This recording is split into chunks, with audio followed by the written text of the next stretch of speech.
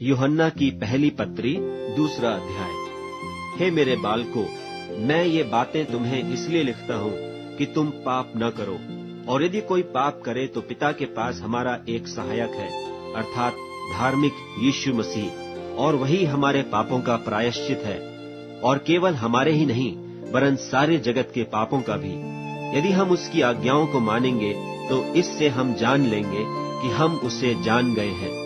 जो कोई यह कहता है कि मैं उसे जान गया हूँ और उसकी आज्ञाओं को नहीं मानता, वह झूठा है और उसमें सत्य नहीं। पर जो कोई उसके वचन पर चले, उसमें सचमुच परमेश्वर का प्रेम सिद्ध हुआ है। हमें इसी से मालूम होता है कि हम उसमें हैं। जो कोई यह कहता है कि मैं उसमें बना रहता हूँ, उसे चाहिए कि आप भी वैसा ही चले जैसा वह चलता था। हे प्रियो, मैं तुम्हें कोई नई आज्ञा नहीं लिखता, पर वही पुरानी आज्ञा जो आरंभ से तुम्हें मिली है। यह पुरानी आज्ञा वह वचन है जिसे तुमने सुना है।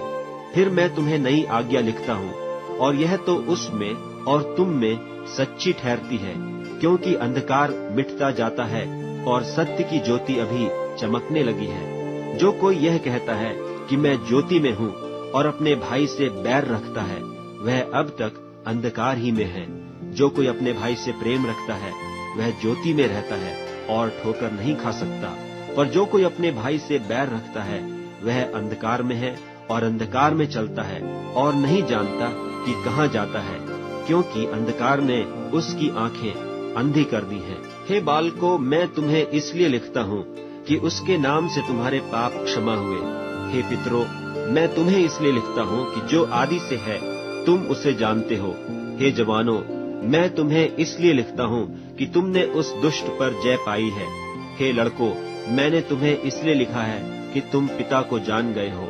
हे पितरों, मैंने तुम्हें इसलिए लिखा है कि जो आदि से है तुम उसे जान गए हो। हे जवानों, मैंने तुम्हें इसलिए लिखा है कि तुम बलवंत हो और परमेश्वर का वचन तुम में बना रहता है, और तुमने उस दुष्ट पर जय पाई है। तुम न तो संसार से और न संसार में की वस्तुओं से प्रेम रखो। यदि कोई संसार से प्रेम रखता है तो उसमें पिता का प्रेम नहीं है, क्योंकि जो कुछ संसार में है, अर्थात शरीर की अभिलाषा और आंखों की अभिलाषा और जीविका का घमंड, वह पिता की ओर से नहीं परंतु संसार ही की ओर से है।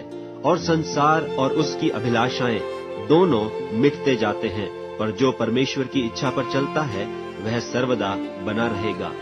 हे लड़कों, यह अंतिम समय है, और जैसा तुमने सुना है कि मसीह का विरोधी आने वाला है, उसके अनुसार अब भी बहुत से मसीह के विरोधी उठे हैं। इससे हम जानते हैं कि यह अंतिम समय है।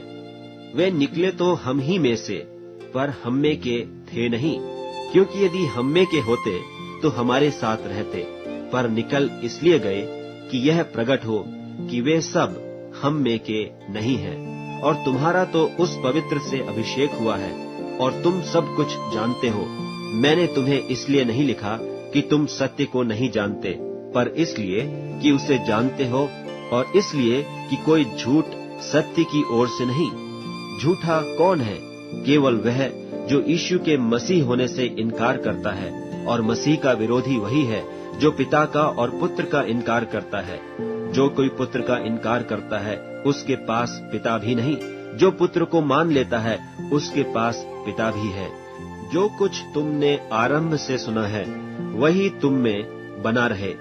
जो तुमने आरंभ से सुना है, यदि वह तुम में बना रहे, तो तुम भी पुत्र में और पिता में बने रहोगे। और जिसकी उसने हमसे प्रतिज्ञा की, वह अनंत जीवन है। मैंने ये बातें तुम्हें उनके विषय में लिखी हैं जो तुम्हें भरमाते हैं, और तुम्हारा वह अभिषेक जो उसकी ओर से किया गया तुम में बना रहता है। और तुम्हें इसका प्रयोजन नहीं कि कोई तुम्हें सिखाए, वरन जैसे वह अभिषेक जो उसकी ओर से किया गया तुम्हें सब बातें सिखाता है, और यह सच्चा है और झूठा नहीं। और जैसा उसने तुम्हें सिखाया है, वैसे ही तुम उसमें बने रहते हो। निदान है बालकों, उसमें बने रहो, कि जब वह प्रकट हो तो हमें हियाव हो, और हम उसके आने पर उसके सामने लज्जित न हो। यदि तुम जानते हो कि वह धार्मिक है, तो यह भी जानते हो कि जो कोई धर्म का काम करता है वह उससे जन्मा है।